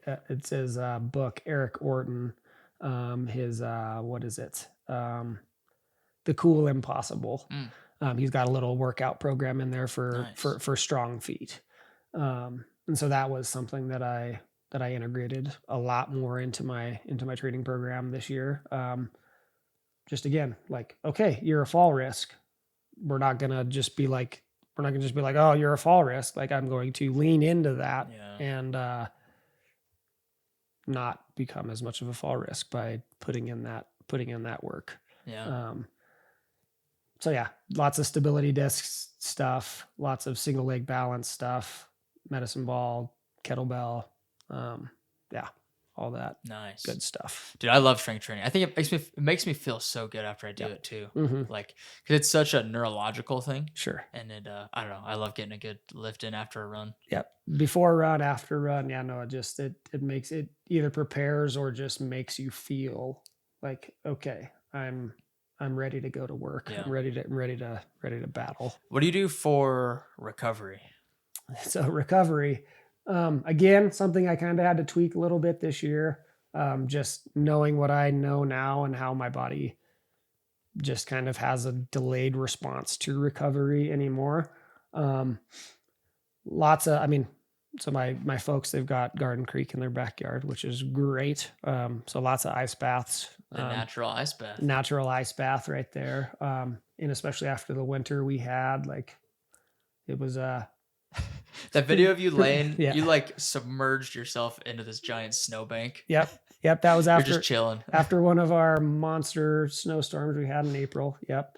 Yeah, doing more of that type of stuff. Lots of protein stuff, protein drinks, Epsom salt baths. Honestly, just relaxing, a lot more just giving myself horizontal time. Yeah. I'm somebody who's very active, which active recovery is good too. But this year I just took a lot more dedicated approach to just giving myself more horizontal time. Horizontal, putting the legs up. Stuff that's simple, but for somebody who's active, not simple. Yeah. But something that I made myself do. What about sleep? Because I needed it. So sleep, definitely got more sleep. I've always been kind of a hoot owl person. Like, for whatever reason, like, my brain just won't shut off. But I was just a lot better this year leading up to Bighorn with, like, not keeping the phone in my room, that kind of stuff, like not having all those pixels in front of my eyeballs right before going to bed. Keeping that separate from my sleep space was, I think, big. Physically just reading a book. I've always enjoyed reading, and just like actual books, like turning the page, that kind of stuff. I have a Kindle and it's not the same. No, it's not. It's not the same. No. I got to go back to real books. So again, not anything that's like earth-shattering stuff. Just stuff that I kind of had put on the back burner and wasn't doing. Yeah. A lot of times it's the basic, boring stuff that makes the biggest difference. Totally. Just staying consistent with it. Yep. No, that consistency is key with anything. Once you build that into your routine, it just becomes consistent, becomes something that, like, just feels right. Right. Outside of crushing ultramarathons, what else does Justin do with his time? Outside doing stuff all the time. Be it camping, fishing, hunting, hiking, just like up on my feet. For sure. Enjoy coaching, definitely. What do you coach? So I'm a cross country ski coach for high school, for the high school, one of the high schools here in town. Do you do any ultramarathon coaching? I do a little bit. And that's something that's honestly kind of grown a little bit. The last couple of years, people just like reaching out like, hey, you do this, give me some help on this. And like, so that's something that I've kind of playing with the idea of kind of growing a little bit more. Just because, with the experience that you gain by just doing those things yourself. And then obviously with the work that I do. So just recently for continuing ed for work, I got a nutrition certification. Nice. So in endurance sport nutrition through United Endurance Sports Coaching Academy that I have gotten. And that was another thing that with this kind of health issue that I had been dealing with, like I was reading a ton of stuff, but it wasn't stuff that I was enjoying reading. It was all like medical documents and articles on ITP. And like, stuff that I had just let it consume me. Like that was all I was doing, was like trying to fix this thing. And then, like I said, flip the switch of, it's not something to fix, it's part of you. So then got back to just reading things that I wanted to read again, taking classes again, like working on that continuing ed, things that I wanted to do. I got back to doing those things and I'm like, holy crap, like, why did you stop? Like, because you were told to stop by somebody who doesn't understand you. Right. So yeah, got back to doing that kind of stuff. And so yeah, it's something that I'm trying to figure out, like how I could, kind of grow that, because I definitely have developed a small but loyal following of people that, like recognize, like, hey, I want your help on doing this kind of stuff. Dude, I ask you questions all the time. I'm like, he should be charging me for this. This is good information. I remember, I think it was before Bighorn last year, I asked you if you like do training plans or anything for anybody, and you just like sent me a free training plan. I was like, dude, I would have paid like a lot of money for this. Yeah, that's something that for whatever reason, I'm not going to say money obviously matters, but it's not something like helping people to me is what matters. Like if there's something that I can help somebody with from my knowledge, my experience that I've gained, like it just seems wrong to not share. Right.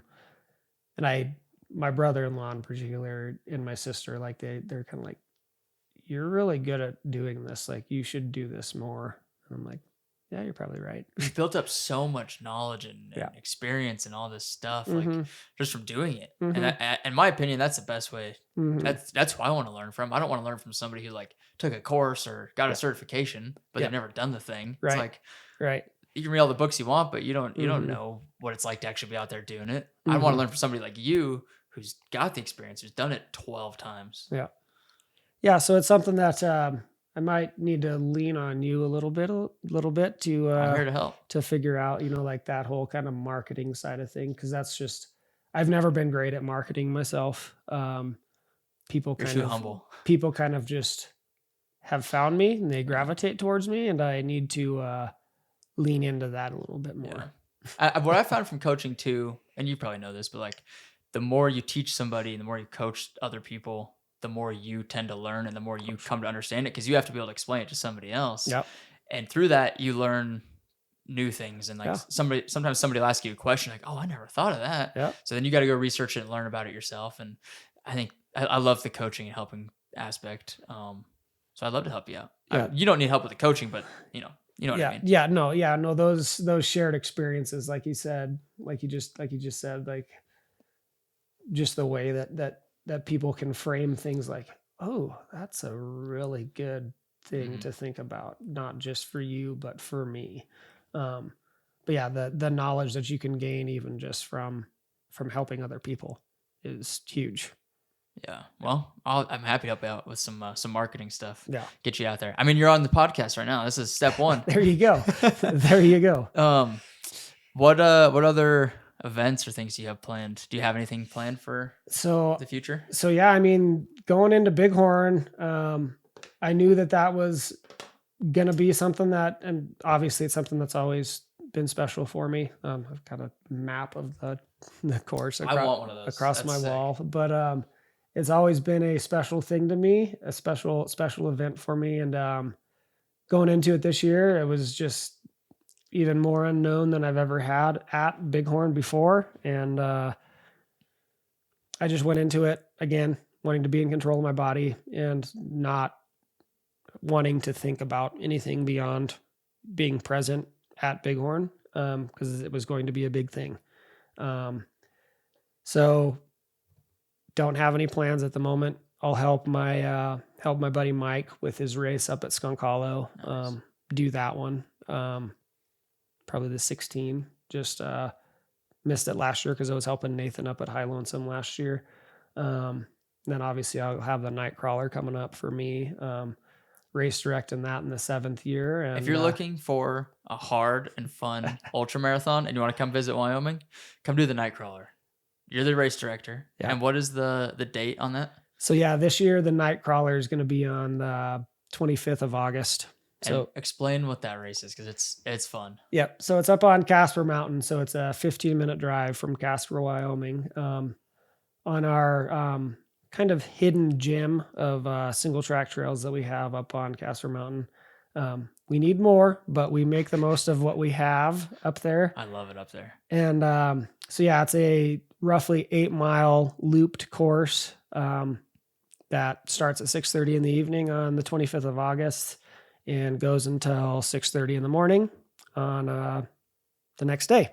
So yep, you have 12 hours to complete as many of those 8-mile loops as you want. If you complete one, you get the same finisher award that the person who finishes maybe 6 or 7. Like, it is a great way for runners to go out, test new limits. That's where Jeremy ran his longest race to date. That was my first race. Yeah, his longest race to date. I think he did like over 40 miles or something. Yeah, it was like 43 something. Yeah, so just absolutely crushed it. Did a fun little video log of it that's on our website. But yeah, it's just a great way for people to kind of immerse themselves into that experience of running at night. You can do it as a solo person. You can do it as a 2 or 4 person relay. And this year we've added a 4-hour option, just for kind of the 4-hour option is more for kind of the locals, like, because that can be hard to be running a race on your local mountain and like knowing that your house is 15 minutes away and continue going out on 8-mile loops. So the 8-mile loops, they're run washing machine style. So they switch directions each loop. So it really, that really adds, I think, to the camaraderie of the event, because everybody gets to see everybody, from the race leader to the person that's just out there, grinding, like, well, everybody's grinding, but like to the person that's just out there, for a 12-hour hike. It's a great event. Like, you can set up your tent hammock right there in the start finish aid area and continue pushing those 12 hours, or take an extended break after a lap and then go back out.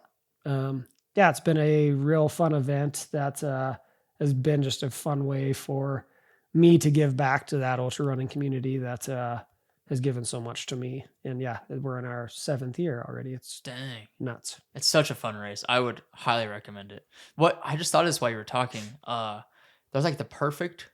You could probably make it like the 4.11 whatever around Eadsville, around on the same trails. Like, you should host or direct a backyard ultra up there. That'd be a ton of fun. That would be. Yeah. Have you thought about it? That's actually something I have thought about. Something I thought about last year, before all this kind of health stuff happened, but definitely something that it would be easy to do on a loop like Eadsville. That's already roughly 4 miles anyways. Yeah, definitely something that I have considered. Because like I said, we don't have a ton of trail on Casper Mountain, but you can definitely make the most of it with an event like that, with an event like the Nightcrawler. And just kind of being the only kind of ultra looped relay event in central Wyoming. It's it's a lot of fun. Yeah, that's awesome. If you did the backyard, I'd definitely try and come out here for that. I want to try and come out for the Nightcrawler too. Yeah. But dang. So so after you direct Nightcrawler, what else do you have planned after that? So yeah, after Nightcrawler, then it'll be kind of just getting into the hunting season. So I'm a big hunter. Actually drew my first bull tag in Wyoming since I think it's been 11 or 12 years now. Have you gotten an elk before? I did. So yeah, I was 12 years ago. I got my first and only bull that I've gotten in Wyoming. I wasn't archery hunting at the time, but this year I've definitely gotten into archery hunting a lot over the last 5-6 years. So I'm really looking forward to hunting season this year, because it's not something that I was able to do last year. Archery season, like attaching sharp things to your back and being a bleeding risk and potentially having to cut up things, that's kind of frowned upon. Yeah. But so I missed archery season last year, so I'm stars aligned this year, and I was able to get pretty lucky on the Wyoming draw this year. And so yeah, it'll be hunting season after that. Dude, that's gonna be epic. Heck yeah. It's like I love the idea of hunting, but I have never really gotten into it for whatever reason. But it's pretty hard to get a bull tag in Wyoming, right? Yes, it is for residents, definitely. So my dad actually, so again, he'll be turning 70 this next year. He has had one bull tag his entire life. He's been here. Wow. And that was back in college. So yeah, when he and my uncles were going to the University of Wyoming.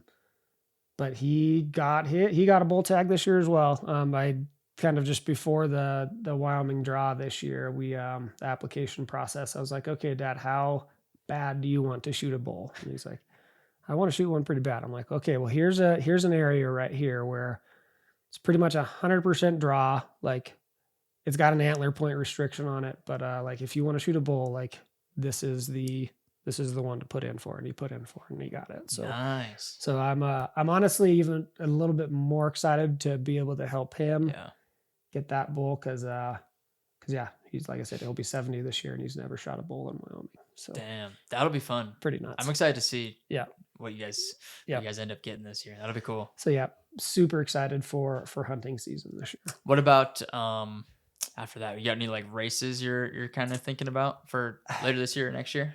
So again, going into Bighorn, didn't want to be thinking about anything but Bighorn.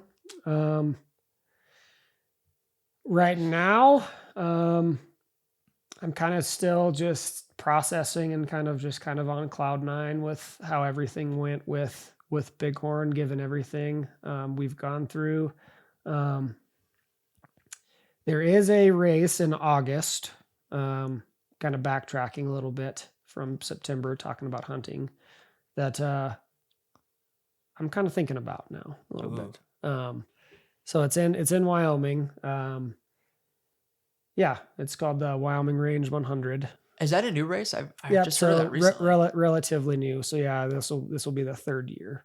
So yeah, it's on the Wyoming Range. What's that trail they call? But yeah, it's starts in Big Piney, Wyoming, and finishes near Afton. Okay, so is it through the Tetons at all, or nope? So it's through the Wyoming Range. So in between the Tetons and the Winds sits the. I should know this. I'm from Wyoming. Sits the wonderful and mighty Wyoming Range. So yeah, that's haven't signed up for it yet, but it's something that's it's a mountain ultra, and those are kind of my jam. Yeah. So how does the course compare? So it's that one's a point to point. So it's 102 miles. Yeah, those are cool. Like I said, starts near Big Piney and finishes at Hoback. So yeah, that would be a big one. I haven't fully committed to it yet, but it's getting time where, just how Bighorn went. Like, I feel like it's something I could do. Yeah. Do you have any like big like long term things you want to try and do, whether it's running or life, whatever? So yeah, long term, definitely just want to continue pushing my limits, finding that best version of myself, continuing to grow with this health issue as long as it's a part of me. Definitely continue doing all those things that move me, helping other people. I love my job that I have right now. Wouldn't want to be doing anything else, honestly. Honestly, just adding some things, like we were just talking about, putting myself out there a little bit more, so I can continue helping more people, with running, definitely, from, like that running plan side of things. Like I help people, but I feel like I could help more people. Yeah. So figuring that out, I think, is going to be the next, kind of big thing. Obviously it's within running, but like from more of like a kind of like goal side of things, outside of physically doing those things myself. That's a goal that I have, that I want to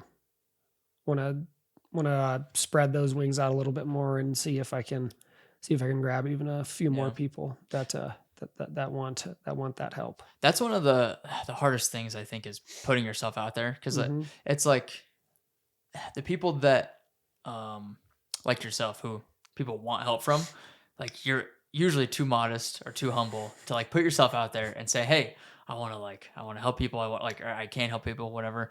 So that's a hard part, because like trying to convince someone like you to like talk about yourself, it's a hard thing to do, because like that's just not, you're just such a like a humble guy. But that's what makes you so great. Yeah, well, and definitely just on that same thing, just like anytime anybody asks me to do something, like for instance, my brother John got into Boston, so like I'm already planning, like I'm going to be going to Boston next year to help crew for him.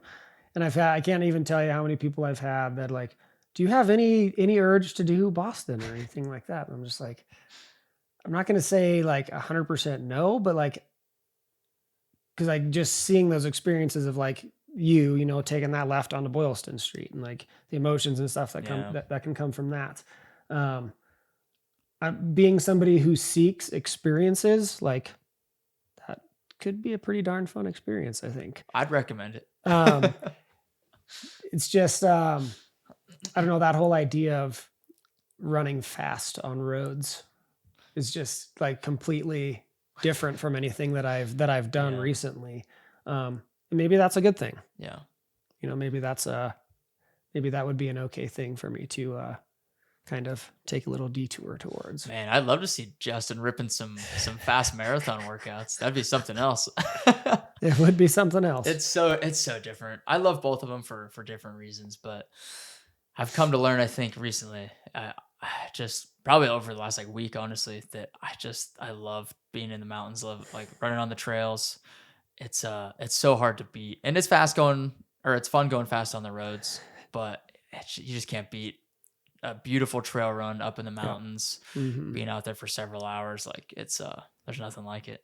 Yeah, no, yeah. Like I said, being somebody who seeks experiences, like being able to, you know, like, okay, I've had this experience of doing the mountain stuff, you know, like what would it be like to have thousands of people out there screaming for you, you know, like at a race like Boston, you know, like it's very similar in that, you know, like everybody's there to support something, a runner, support the event. Like, so from that side of things, it's very similar, but just a kind of different end of the spectrum of, you know, like thousands of people out there versus, you know, a race like Bighorn. There's a lot of people out there, but it's a very dedicated group of, you know, like hundreds of people, not literal thousands of people lining a marathon course. So yeah, that could be a fun experience. Dang, that'd be cool. I would love to see that. Could be a fun experience. So I don't know. I haven't gone quite as far as, you know, like obviously signing up for a BQ qualifier yet, but it's moved from the back burner to kind of like, might not be a bad idea. Nice. So, dude, I'm pumped to see what you end up doing. Yeah. That's the cool thing with all this stuff, is there's just so many things you can do and so many experiences and ways to challenge yourself. There's so many good races that are popping up everywhere, good events popping up everywhere, so many opportunities of, you know, friends like doing cool things that you can go support, and family doing good things that you can go support. So yeah, that is definitely something that has not gone away, continues to grow, and like always up for an adventure, always up for kind of just flying by the seat of my pants and like just, let's go do something cool. Yeah. I love that, man. Well, this was a ton of fun. Heck yeah. I really enjoyed this, dude. I'm glad we finally got to sit down. And in Casper, I'm glad we got to do it here in person. We talked about doing it remotely, but the remote ones aren't, you don't get that same like connection and the like flow of the conversations you do in person. So I'm glad we got to do this. Heck yeah. Where is the best place for people to find you and connect with you? Yep. So definitely you can find me on Instagram, ultraj_Kinner. Definitely have developed a following there. Not quite like you, good Lord. But it's all relative. It's all relative. But no, people honestly from all over the world that have watched the documentary. and yeah, people from like Japan, Germany, like, oh, okay. Typing me direct messages like, you're so inspiring. Like, okay. That's so awesome. No, it's very cool. So yeah, Ultra J _ Kinner on Instagram. I'm on Facebook, just my name, Justin Kinner. Strava, Justin Kinner. Don't do Twitter. Don't do any of that kind of stuff. But yeah. Beautiful. Go check him out. Go find some inspiration. There's plenty of it with this guy. Dude, thanks again for coming on the podcast, sharing your story, sitting down and chatting. Heck yeah. You're so damn inspiring, man. I love this. Thank you. You're quite inspiring yourself. Well, I appreciate it, man. All right. Goodbye, everybody. Bye. Thank you so much for tuning into the show. If you enjoyed this episode, please make sure to subscribe to the channel, leave a review, and share it with a friend. We'll see you in the next one.